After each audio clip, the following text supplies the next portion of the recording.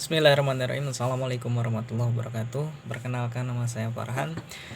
Pada video kali ini saya akan membahas tentang salah satu matkul kuliah saya, yaitu tentang komunikasi bisnis. Khususnya saya akan membahas tentang negosiasi ya pada video kali ini. Nah, kita akan membahas tentang bagaimana cara kita melakukan negosiasi dengan baik dan benar. Nah, tentunya itu kita akan kupas ya pada video kali ini. Nah, sebelum itu marilah kita telah dulu apa sih itu negosiasi. Negosiasi merupakan proses tawar-menawar dengan jalan berunding untuk mencapai kesepakatan, baik itu individu ataupun kelompok. Sedangkan Jackman mengatakan bahwa negosiasi adalah sebuah proses yang terjadi di antara dua pihak atau lebih yang pada mulanya memiliki pemikiran yang berbeda, sehingga akhirnya mencapai kesepakatan. Sedangkan Oliver menambahkan bahwa negosiasi itu adalah sebuah transaksi di mana kedua belah pihak mempunyai hak atas hasil akhirnya.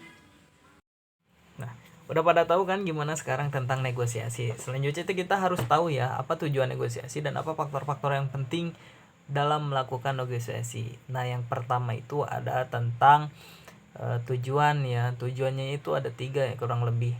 Yang pertama untuk mendapatkan atau mencapai kesepakatan yang menguntungkan semua pihak. Ya. Yang kedua ada untuk mendapatkan atau menyelesaikan masalah, menemukan solusi dari berbagai masalah yang sedang dihadapi dari berbagai macam pihak ya. Dan yang ketiga adalah untuk bisa mencapai suatu kondisi yang saling menguntungkan dari pihak yang satu atau pihak yang lain ya, atau lebih dekat lagi itu win-win solution ya. Nah, itu mungkin tujuan dari negosiasi ya. Nah, terus ada faktor-faktor yang mendukung ya, yang mempengaruhi kemampuan kita dalam melakukan negosiasi. Menurut McGuire itu ada 3 ya faktor yang mendukung kita bisa atau tidaknya dalam melakukan negosiasi. Yang pertama adalah kesabaran ya. Tentunya negosiator yang baik itu tahu bahwa dalam proses negosiasi itu tidak secara instan ya, melainkan memerlukan proses dari awal sampai akhirnya itu terjadi sebuah proses yang mungkin cukup panjang ya. Yang kedua adalah self confidence ya, itu kepercayaan diri kita dalam melakukan negosiasi. Tentunya dengan percaya diri ini kita mampu ya memperlebar atau memperbesar ya potensi kita untuk berhasil melakukan negosiasi ini. Kalau tidak percaya diri mungkin kita akan ikut terbawa suasana dari lawan bicara kita atau lawan negosiasi kita. Dan yang terakhir itu adalah communication skill. Nah, ini mungkin salah satu yang penting ya buat kita semua, yang mana kita tuh harus tahu bahwa dalam negosiasi itu ada dua belah pihak, yang mana dalam proses negosiasi ini memerlukan komunikasi yang baik sehingga kita mampu mendapatkan atau menangkap pesan yang disampaikan ya itu secara efektif. Nah, setelah kita tahu ya bagaimana faktor-faktor yang mempengaruhi kita untuk sukses tidaknya melakukan negosiasi, serta kita memahami tujuannya itu apa ya, tentu kita harus tahu juga tentang tahapan-tahapan negosiasi. Yang pertama ada tahapan itu yang pasti itu harus selalu ada persiapan ya. Yang kedua kita itu mempersiapkan apa bahannya dan lain-lain sampai kita menguasainya. Tentunya yang kedua adalah diskusi ya. Pada tahap ini setiap individu atau anggota kelompok dari masing-masing pihak akan mengajukan sebuah kasus ya, atau sebuah pengajuan penawaran. Nah, keterampilan ini dibutuhkan pada tahap ini ialah untuk mengajukan pertanyaan, mendengarkan dan mengklarifikasi. Nah, yang selanjutnya mungkin ada tahap klarifikasi tujuan. Tujuan yaitu mengklarifikasi tujuannya apa, kepentingannya apa, perspektif dari kedua belah pihak yang harus dibahas bersama sebelumnya yang harus dibahas itu apa aja, itu perlu diklarifikasi ya, sehingga ada kemungkinan untuk membangun landasan bersama.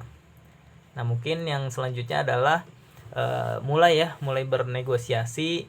Ya, tahap ini berfokus pada apa yang disebut juga sebagai hasil atau win-win ya. di mana kedua belah pihak akan merasa telah memperoleh suatu yang positif melalui proses negosiasi. Ya, yang selanjutnya kalau sudah mulai beres bernegosiasi ya, atau mendapatkan hasil, yang satu menang atau yang satunya lagi menang atau disebut win-win, itu pasti ada perjanjian ya. Ya, dari perjanjian ini mungkin kita menyepakati apa yang hasil dari negosiasi tadi ya. Nah, setelah terdapat perjanjian, yang terakhirnya itu biasanya melaksanakan apa yang telah kita yang dari hasil perjanjian tersebut ya. Nah, mungkin ada beberapa ya jenis-jenis negosiasi. Nah, ini saya akan membahas 2 jenis negosiasi saja. Yang pertama ada negosiasi formal dan yang kedua ada negosiasi non informal ya. Kedua negosiasi ini berbeda. Yang pertama formal itu negosiasi yang menempuh jalur hukum ya, ada hitam di atas putihnya. Sedangkan sebaliknya, kalau informal itu negosiasi yang dilakukan di mana saja tanpa memerlukan jalur hukum. Itu selagi yang negosiasi antara A dan B, selagi A dan B-nya itu sepakat, maka itu beres ya. Contohnya itu seperti ini. Kalau negosiasi formal itu ya, biasanya contoh, saya memiliki salah satu perusahaan itu perusahaan tentang konveksi ya. Terus datanglah konsumen saya atau customer saya ke kantor. Nah, kita melakukan negosiasi di sana. Ya, yang pertama tahapan kita kan udah bersiap-siap ya. Dalam perusahaan itu pasti udah ada tentang apa yang dijual, apa yang kita miliki, sehingga ketika ada customer datang, itu customer pasti menanyakan, Pak, saya mau ngejahit ini gitu. Nah, di sana terjadilah negosiasi. Mungkin customer itu belum ya, ada yang sudah mengetahui, ada yang belum. Nah, itu yang menjadi poin kita ya. Kita harus tahu menguasai. Sehingga jangan sampai nanti kalau ada customer malah lebih mengetahui dibanding kita. Itu mungkin akan merugikan kita dalam proses negosiasi ini. Tapi kalau kita bayangkan seperti ini ya.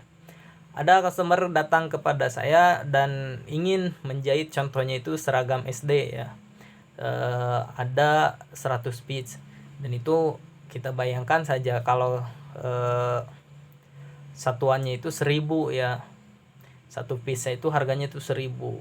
Nah, di sana mungkin akan ada negosiasi, Pak bisa turun nggak, atau bahannya menggunakan yang lebih murah, atau yang ini. Nah, mungkin kita akan terus berdiskusi.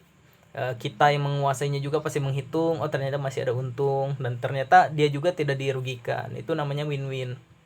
Nah, itu mungkin nanti setelah terjadi kita sepakat. Nah, kita mungkin kalau menerapkan ya, kita sepakat bikin perjanjian, oke, bayaran DP-nya segini, harga keseluruhannya segini, dilunasi setelah selesai. Itu mungkin ada tanda tangan MOU ya.